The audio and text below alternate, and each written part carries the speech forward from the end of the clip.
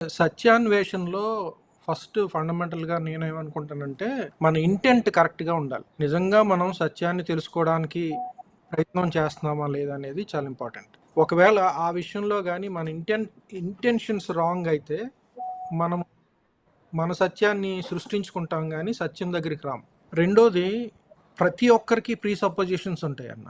ముందుగానే ఉన్నటువంటి భావనలతోటి ఉంటారు ప్రతి ఒక్కళ్ళు కూడా. అయితే ఈ సత్యాన్వేషణ చేసేటప్పుడు మన ప్రీసపోజిషన్స్ చాలా సార్లు నోయింగ్లీ అన్నోయింగ్లీ మనం కలిగి ఉంటాము.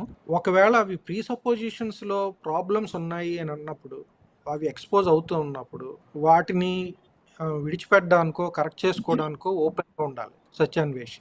మూడోది ఏమంటానంటే నేను ఎవిడెన్స్ ఎక్కడికి లీడ్ చేస్తుందో అక్కడికి వెళ్ళడానికి నేను ఇష్టపడకపోతే నేను సత్యాన్వేషణలో లేనట్టు లెక్క.